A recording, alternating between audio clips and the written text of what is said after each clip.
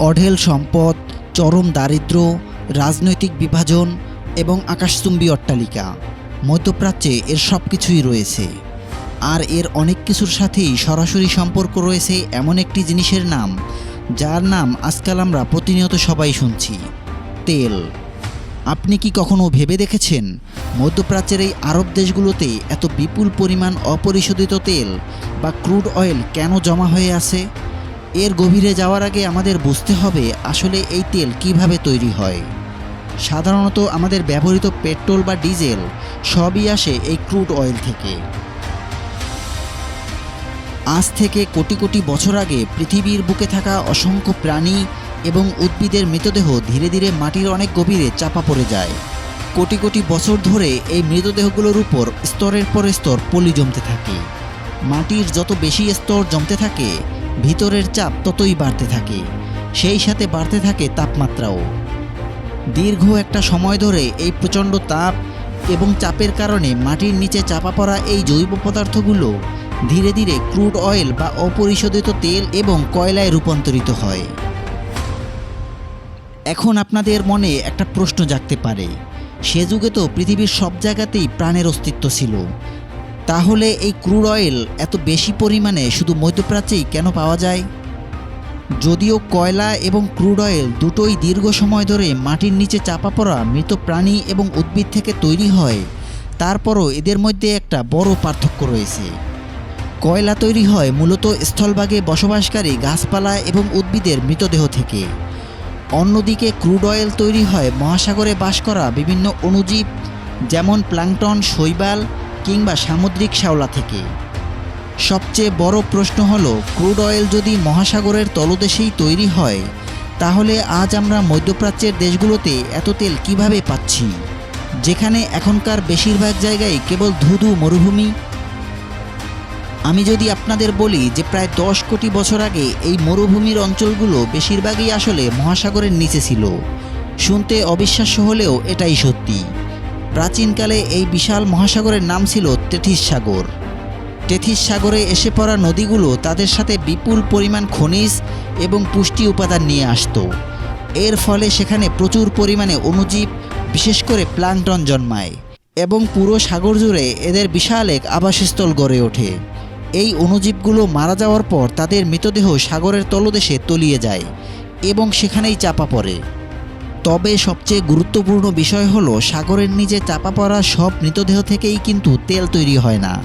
তেল তৈরি হওয়ার জন্য পরিবেশটা একদম সঠিক হতে হয়। যেমন জায়গাটিতে প্রচুর জৈব পদার্থ থাকতে হবে, মৃতদেহগুলো খুব দ্রুত চাপা পড়তে হবে এবং সেখানকার পরিবেশে অক্সিজেনের পরিমাণ খুব কম থাকতে হবে।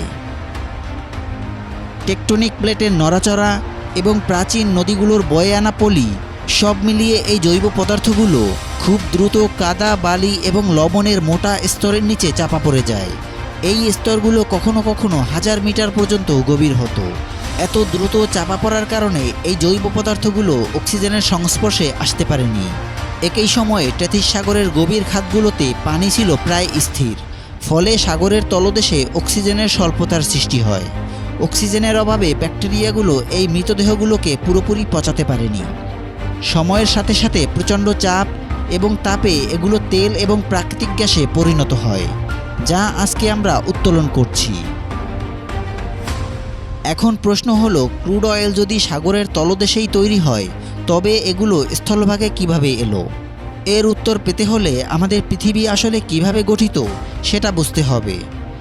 আমাদের গ্রহের উপরিভাগ বিশাল সব টেকটনিক প্লেটে বিভক্ত। পৃথিবীর একদম ভেতরের অংশটি অত্যন্ত উত্তপ্ত এবং এর কিছু অংশ গলিত পদার্থের মতো খুব ধীরে ধীরে নড়াচড়া করে। আমাদের মহাদেশগুলো এই অস্থির সিস্টেমের উপরেই ভাসছে। পৃথিবীর ভেতরের এই তাপের কারণেই টেকটনিক প্লেটগুলো নিয়মিত নড়াচড়া করছে, যেটা বছরে মাত্র 1 থেকে 13 সেন্টিমিটার। শুনতে খুব সামান্য মনে হলেও লক্ষ লক্ষ বছর ধরে এই ধীরগতির নড়াচড়াই এক বিশাল আকার ধারণ করে। যখন আস্ত মহাদেশগুলো একে অপরের দিকে এগিয়ে আসে, তখন তা ভূমিকে উপরের দিকে ঠেলে তুলতে পারে, যা পুরো অঞ্চলের চেহারা বদলে দিতে পারে এবং সৃষ্টি করতে পারে শক্তিশালী সব ভূমিকম্প। প্রায় 5 কোটি বছর আগে ইন্ডিয়ান প্লেট প্রচণ্ড জোরে ইউরেশিয়ান প্লেটকে ধাক্কা মারে। যার ফলে হিমালয় পর্বতমালার সৃষ্টি হয়। এই ঘটনার আগে এই দুই ভূখণ্ডের মাঝে ছিল সেই টেথিস সাগর। এই অঞ্চলের টেকটনিক প্লেটগুলো যখন নড়াচড়া করতে থাকে তখন এক পর্যায়ে অ্যারাবিয়ান প্লেট গিয়ে ইউরেশিয়ান প্লেটের সাথে ধাক্কা খায়।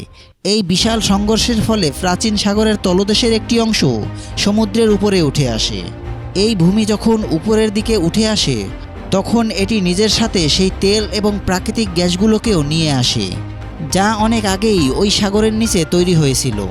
ঠিক এই কারণেই বিশ্বের অন্যান্য অংশের তুলনায় মধ্যপ্রাচ্যের দেশগুলোতে আজ এত বিশাল বিশাল ক্রুড অয়েলের মজুদ রয়েছে।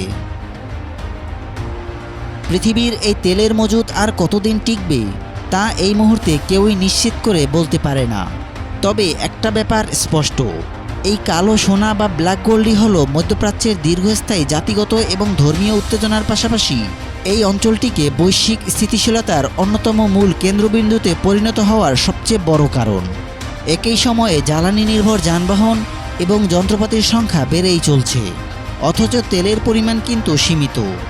এ কারণেই বিশ্ব ধীরে ধীরে প্রথাগত জ্বালানি থেকে সরে এসে নবায়নযোগ্য শক্তির দিকে ঝুঁকছে, যার মধ্যে রয়েছে সৌরশক্তি, বায়ুশক্তি এবং জলবিদ্যুৎ। এই পরিবর্তন যে শুধু মানুষের জন্যই ভালো তা নয়, এটি আমাদের পৃথিবীর জন্য মঙ্গলজনক। গ্রিনহাউস গ্যাস নির্গমন কমিয়ে এটি জলবায়ু পরিবর্তনের গতি ধীর করতে সাহায্য করতে পারে, সেই সাথে বায়ু এবং দূষণ কমিয়ে আমাদের পরিবেশ এবং স্বাস্থ্যেরও উন্নতি ঘটাতে পারে। আজকের ভিডিওটি এ পর্যন্তই। আশা করি ভিডিওটি আপনাদের ভালো লেগেছে। যদি ভালো লেগে থাকে তাহলে অবশ্যই একটি লাইক দিন, আর এমন আরও আকর্ষণীয় ভিডিও পেতে চ্যানেলটি সাবস্ক্রাইব করতে ভুলবেন না।